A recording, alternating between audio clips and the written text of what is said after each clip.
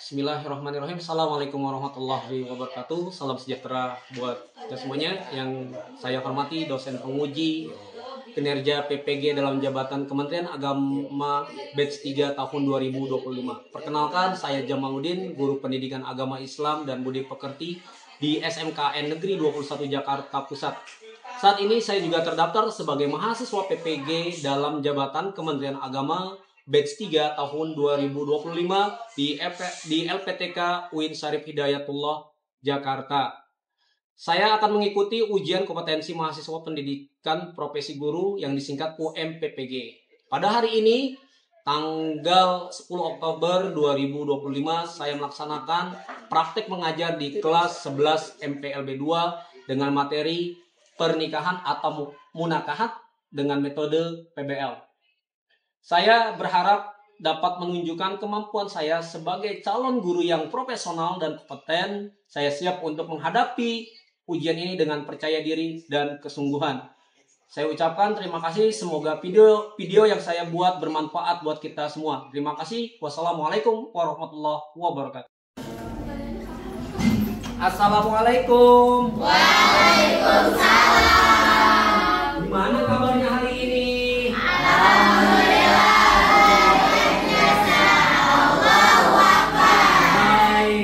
Sebelum kita mulai pembelajaran pada hari ini, ya, kita sebagai bangsa yang kuat, yang telah merdeka tahun 45, kita berdiri dulu agar semangat nasionalisme kita semakin membara di dada.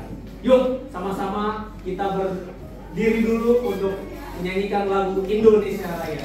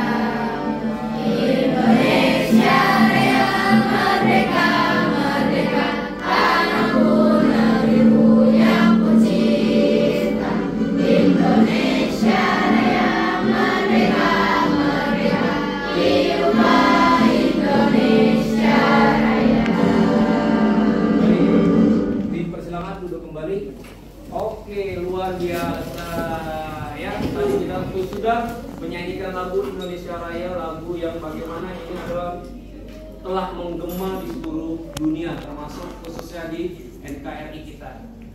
Nah, kita tadi sudah menanamkan rasa jiwa nasionalisme kita. Nah, sekarang kita harus patut bersyukur atas kemerdekaan yang Allah Subhanahu wa Ta'ala berikan.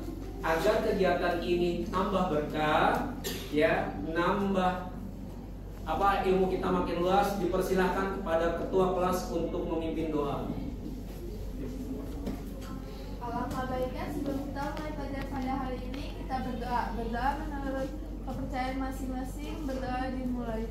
Bismillahirrahmanirrahim. Rabbi zidni ilma warzuqni fahma. Amin. Ya Rabbal Alamin. Itulah adalah kita salah satu wujud syukur ya. Segala apapun kita sering update status, tapi kita update doa jarang. Makanya awali segala sesuatu dengan berdoa. Oke, tadi kita sudah berdoa dan menyanyikan Indonesia Raya. Sekarang dimohon berdiri Bapak untuk mengecek kerapian dari kalian. Dimohon silakan berdiri.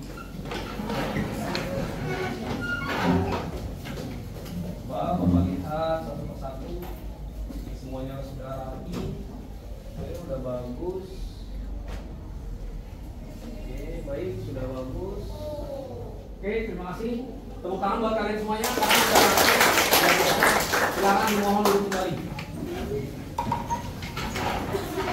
Ya. Oke, Bapak mau absen dulu kehadiran pada hari ini. Semoga kalian dalam selalu keadaan sehat semuanya. Amin. Bapak absen mulai dari Amira hadir. Hadir. Alicia Hadir, Pak. hadir.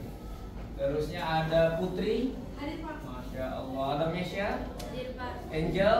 Hadir, Pak. Oke, semuanya hadir semuanya. Semuanya dalam keadaan sehat walafiat tanpa kurang apapun. Karena ingat, kehadiran kalian itu merupakan bukti serius ya, bukti kesungguhan kalau kalian ingin mengikuti pembelajaran dari awal hingga akhir ya. Kita niatkan bahwa kehadiran itu penting, bukan hanya hadir secara fisik tapi hati dan pikirannya juga harus hadir, sehingga pembelajaran yang kalian dapat hari ini menjadi sempurna dan bekal di masa depan.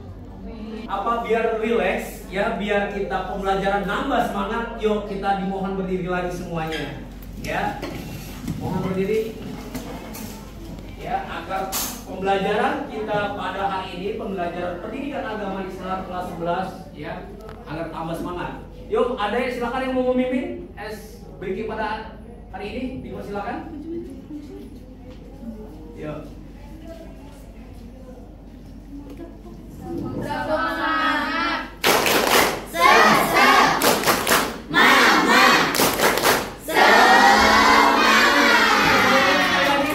Sekali lagi, 1, 2, 3, tepuk semangat.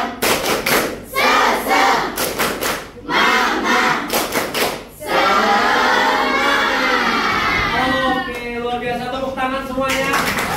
Baik, teman-teman. Oke, kenapa manusia harus berkembang biak? Kita melihat bahwa seluruh di bumi ini dipenuhi manusia, mulai dari pelosok desa sampai perkotaan. Tapi dalam Islam, untuk melestarikan keturunan itu harus dilakukan dengan cara yang halal dan barokah. Apa yang halal barokah? Yaitu melalui jalur pernikahan. Nah, pada kesempatan kali ini tentunya di kelas 11 ini ya, kita akan membahas topik tujuan pernikahan sesuai dengan perspektif Islam atau koridor Islam. Biar apa? Biar tujuannya semuanya ibadah dalam ridho Allah Subhanahu wa Ta'ala. Itu dia. Ya.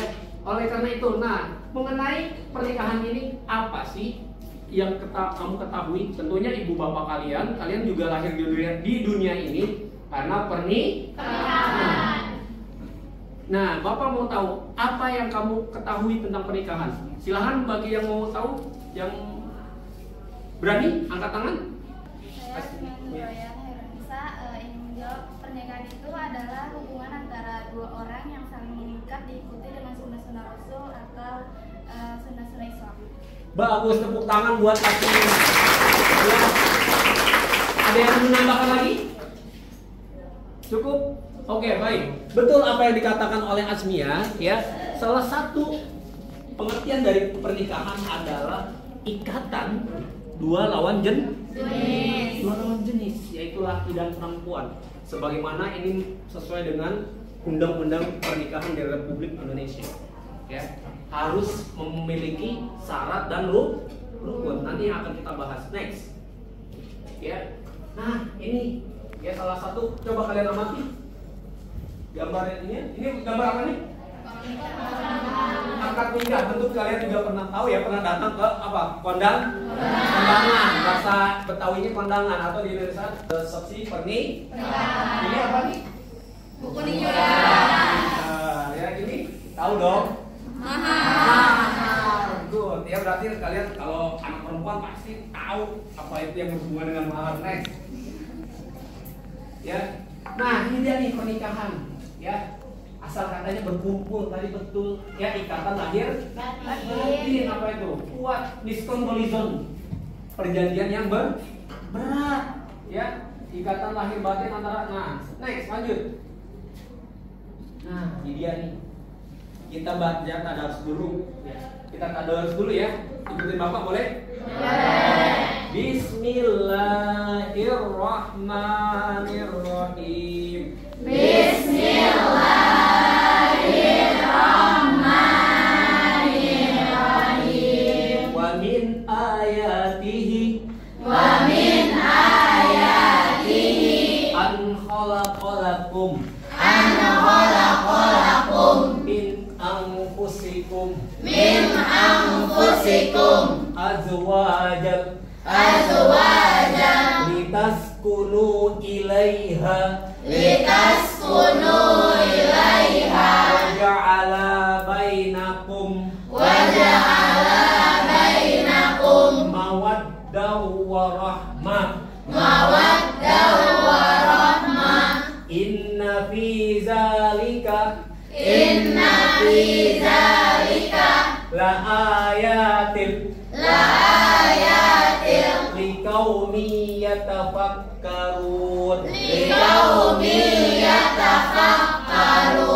Baik, Bapak minta Lutfi untuk membacakannya. Artinya apa? Silahkan dibaca. Dan di antara tanda-tanda kekuasaannya ialah Dia menciptakan untukmu istri-istri dari jenismu sendiri, supaya kamu cenderung dan merasa tentram kepadanya, dan dijadikannya di antaramu rasa kasih dan sayang. Sesungguhnya pada yang demikian itu benar-benar terdapat tanda-tanda bagi kaum yang berpikir. Quran Surat Ar-Rum ayat 21. Oke, next. Nah, next. Nah, ini dia ya, menikah itu adalah sunnah Nabi Sallallahu Alaihi Wasallam. Jadi untuk apa? Salah satu tujuan pernikahan adalah untuk apa? Menahan hawa nafsu. Dan ya maksudnya agar kita tidak menahan hawa nafsunya itu dalam artian tidak terjatuh pada lubang zina. Ya, makanya pernikahan ini secara tidak langsung ya menghalalkan perzinahan. Nah, nih pranikah pertama harus istiqoroh.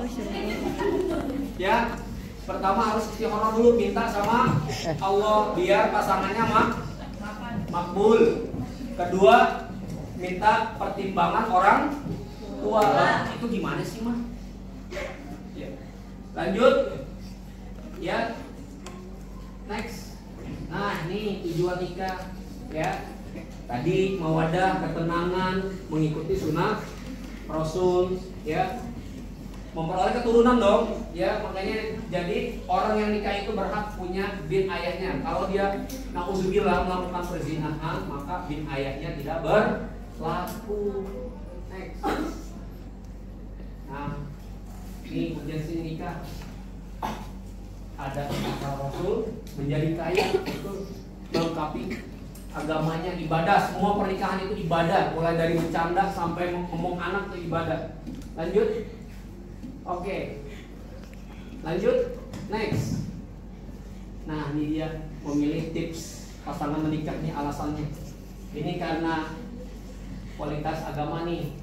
Nih, sarannya Rasul harus memilih karena kualitas agama ya. Kalau agama punya bagus, insya Allah akhlaknya bagus ya. Taktis nih ya, ini perlu juga walaupun ini tidak bukan sesuatu yang urgent, tapi ini penting ya, karena dari sinilah melanjutkan keterangan. Sebelum Bapak menutup pertemuan kali ini ya, tadi kita sudah membahas hukum pernikahan menurut ketentuan Islam. Sebagaimana Rasulullah Sallallahu Alaihi Wasallam mengajarkan. Nah, dari kalian nih, mudah-mudahan apa yang Bapak sampaikan. Tapi bila kalian masih ada sedikit informasi yang ada keraguan, Bapak buka termin tanya jawab. Ya, dipersilakan. Silakan angkat tangan. Ya, dipersilakan Mesya.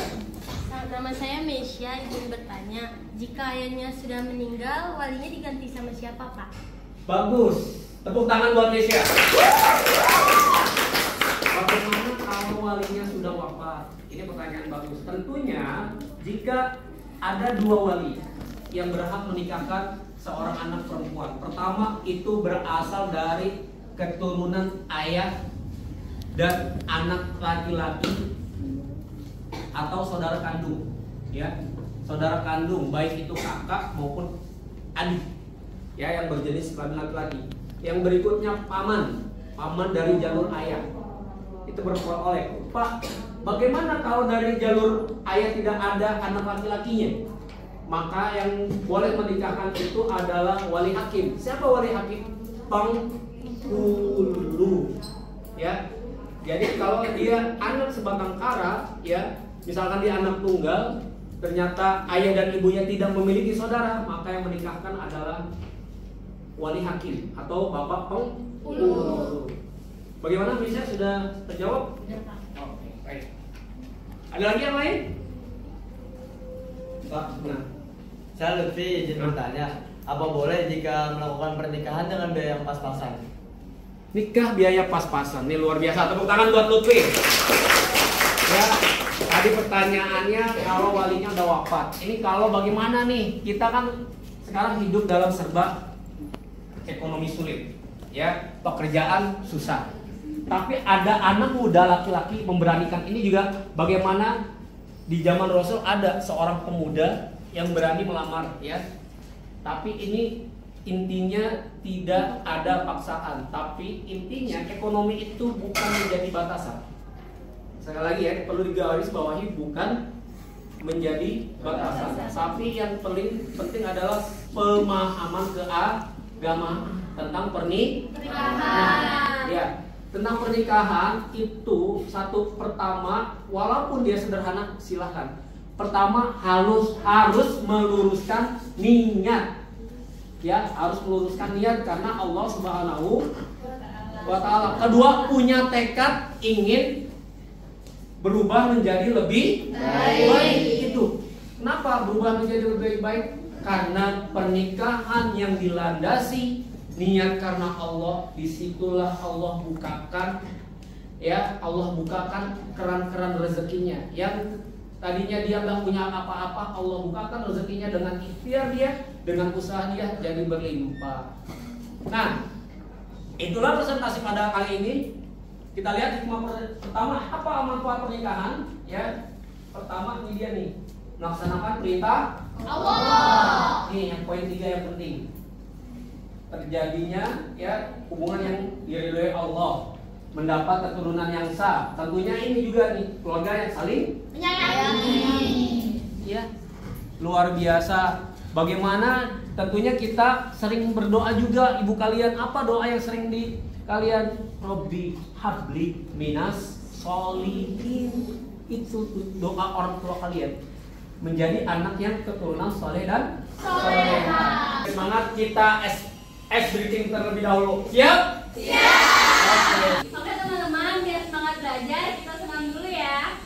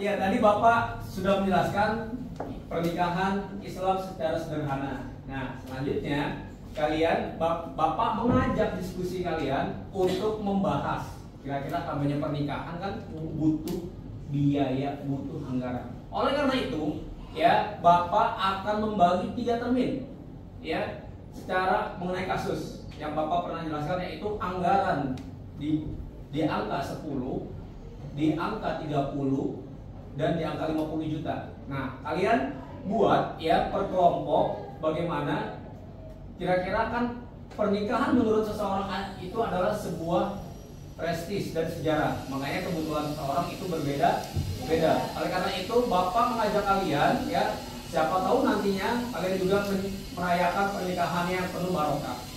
Ya, oleh karena itu silahkan kalian ya membentuk kelompok untuk mendiskusikan ini. Bapak persilahkan.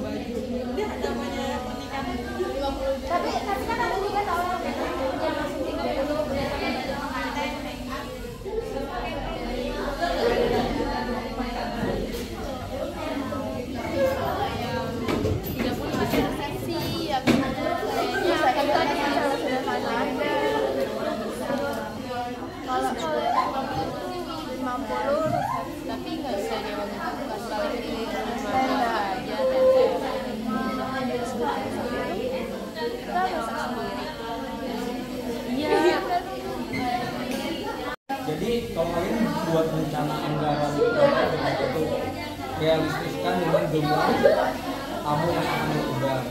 Ya, kedua jangan sampai mubazir. Ingat jumlah tamu undangan itu adalah dari jumlah dasar dikali 2, ya 2 kali lipat. Misal kamu mengundang 100 orang, berarti konsumsi yang kamu undang itu 200. Ya, dilebihkan. Kenapa? Karena kan banyak juga ada anak yang dibawa, ada pasangan seperti itu. Jadi jangan berpikir. Nah, kalau kamu bikin undangannya terbatas, ya tetap buat kan undangan sekarang udah ada yang digital ya, digital berbasis web gitu ya.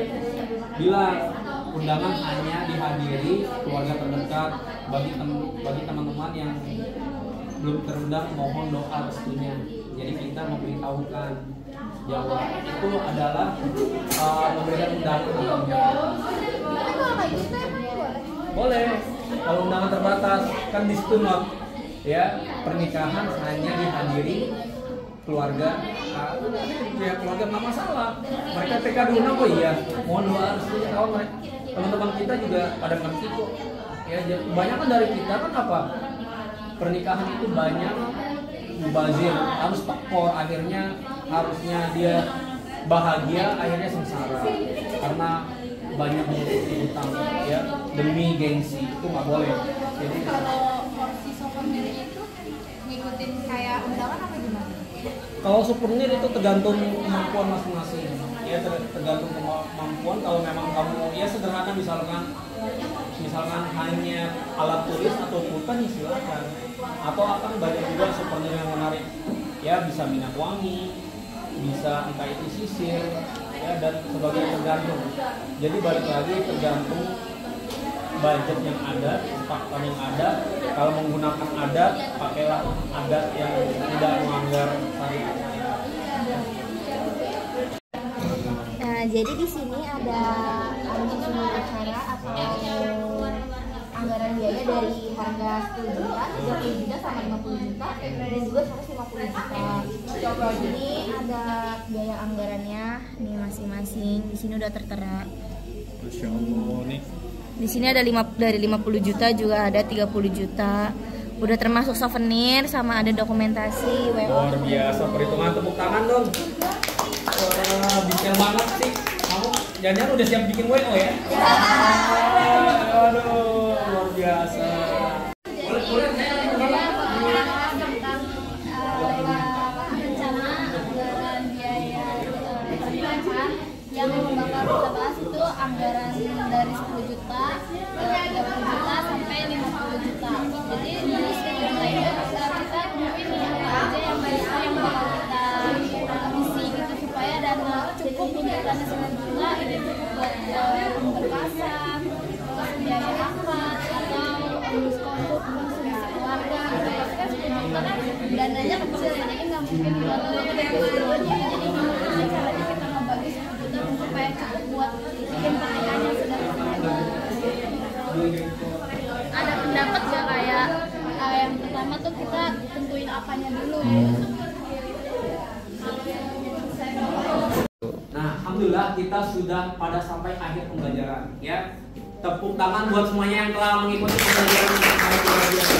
Ya, kita sampai bahwa pernikahan itu ya merupakan sebuah ya acara yang sakral, maka nggak boleh main-main dalam pernikahan.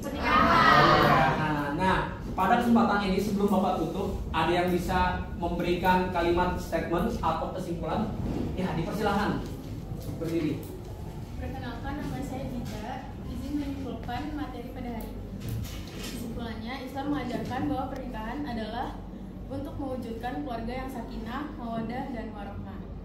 Pernikahan mempunyai kata dasar nikah. Menurut bahasa Indonesia, nikah artinya bersatu atau berkumpul. Menurut istilah syariat, nikah adalah bersatu berkumpul antara seorang laki-laki dan perempuan yang bukan muhrimnya untuk membangun rumah tangga sebagai suami istri menurut ketentuan Islam. Terima kasih, tepuk tangan luar biasa. Nah, teman-teman, ya, jadi kalian ya jangan mau disentuh-sentuh kecuali dengan pernikahan. Ini banyak nih, karena kita di sekolah SMK kebanyakan perempuan, ya. Jangan mau disentuh sebelum laki-laki halal datang ke kalian. Ya, karena perempuan itu sangat dihormati dalam Islam. Baik, terima kasih pembelajaran yang luar biasa pada hari ini. Semoga semuanya kita termasuk keluarga kalian, termasuk keluarga Bapak dijauhi dari mara bahaya, ya, wabil khusus fitnah perzinahan, fitnah apapun yang ada di dunia. Ya, baik, sebelum Bapak tutup, ya. Izinkan Bapak mohon maaf bahwa pernikahan adalah perintah Allah, perintah agama yang harus kita taati. Oke, demikian dari Bapak. Demikian. Assalamualaikum warahmatullahi wabarakatuh.